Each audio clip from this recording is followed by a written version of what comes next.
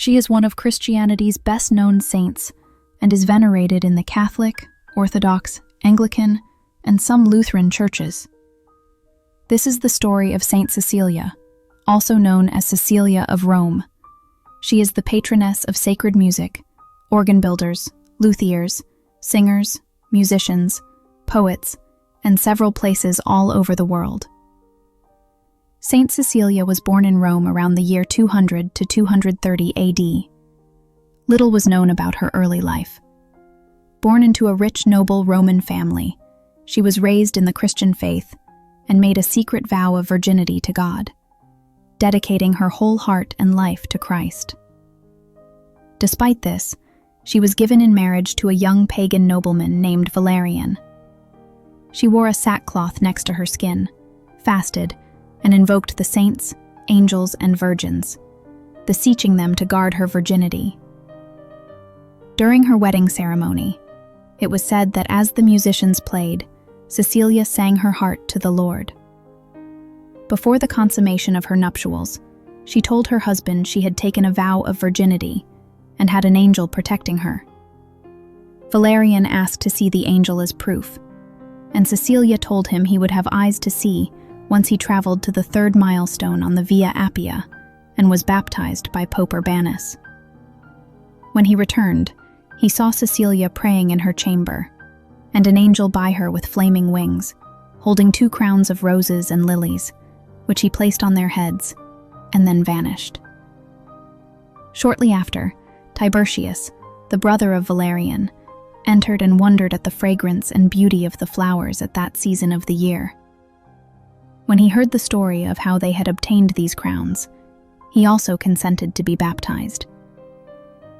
After their baptism, the 2 brothers devoted themselves to burying the martyrs slain daily by the Roman prefect of the city, Tertius Almachius.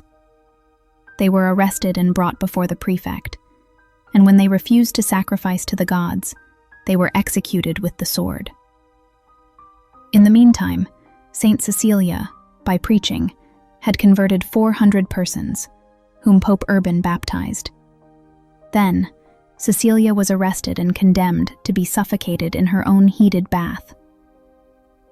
Despite the extreme temperatures, Cecilia did not even break out into sweat. When Almachius heard this, he sent an executioner to cut off her head in the bath. According to an ancient tradition, the executioner struck her 3 times on the neck, but failed to sever the head from the body. He left her bleeding, and she lived 3 days. Crowds came to her, and she preached to them or prayed. At the end of that period, she died and was buried by Pope Urban and his deacons. Saint Cecilia was buried in the catacomb of Calixtus and later transferred to the Church of Santa Cecilia in Trastevere. The church's site is believed to be where her house once stood and where she lived and died. In 1599, her tomb was opened, and according to multiple witnesses, her body was found to be still incorrupt, and she seemed to be simply sleeping.